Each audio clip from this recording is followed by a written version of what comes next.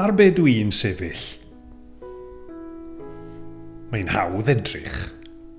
Gweld bai, gweld gwendid, gweld hunanoldeb. Welest ti be nath e? Glywes ti be ddudodd hi? Craffu yn fanwl ar rhywun arall.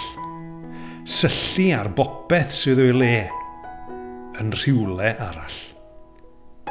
Pe bai e mond yn trystio Duw. Beth amdana i?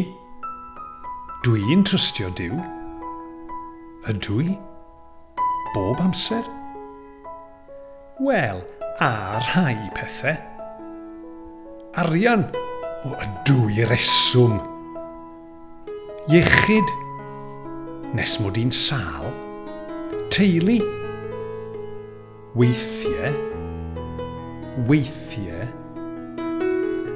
Ond mae'r glaw yn dal i ddisgyn, a'r gwynt yn dal i chwthu, a dwi'n dechrau sy'n samni.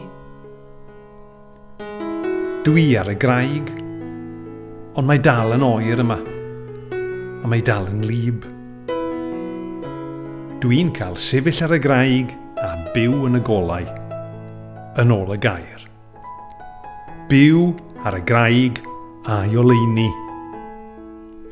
yn datod clymau fy nghyfrinachau.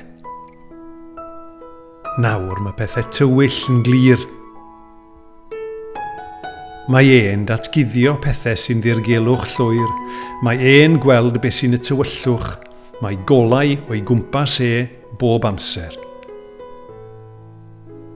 Mae'r golau yma'n sgeri. Ond mae'r golau hwn yn caru yr un y mae'n ei weld. Dwi'n cael dod â pethau i'r golau achos ti, arglwydd, yw'r golau. Dangos i fi Iesu lle mae'n rhaid i yn sefyll. Dangosodd Duw i ni gymaint mae'n ein caru ni drwy i'r Meseia farw droson ni pan oedden ni'n dal i bechu yn ei erbyn.